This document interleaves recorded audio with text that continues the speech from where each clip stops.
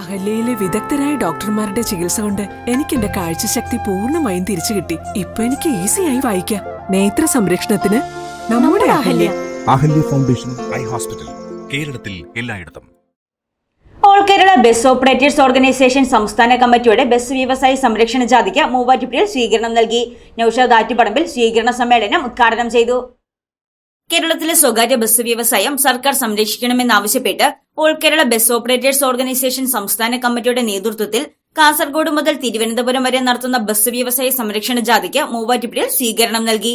കച്ചേരിത്താഴത്ത് നടന്ന ചടങ്ങിൽ കബീർ, എൽദോസ് ഏഞ്ചൽ, സന്തോഷ് കാക്കുച്ചിറ എന്നിവർ ചേർന്ന് ജാഥ ക്യാപ്റ്റൻ ടി ഗോപിനാഥന് സ്വീകരണം നൽകി.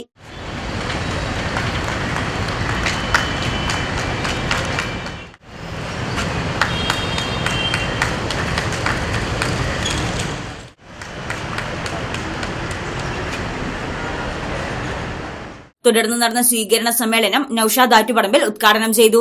താലൂക്ക് പ്രസിഡന്റ് സുരേഷ് കൊമ്പനാൽ ചടങ്ങിൽ അധ്യക്ഷത വഹിച്ചു.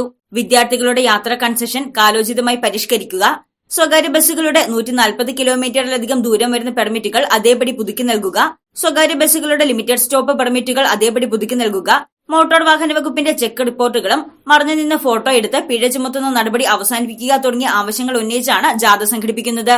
News desk Muvattupuzha news. സമയം പോകുന്നൊരു പോക്കെ. എന്ത് രസമായിരുന്നു അവളെ കാണാനെന്ന്. കുടുംബത്തിന് വേണ്ടി തന്നെ പറഞ്ഞ് അവൾ ഒരുപാട് മാറിയിട്ടുണ്ട്. ഒരു മാറ്റം എന്തായാലും വേണം.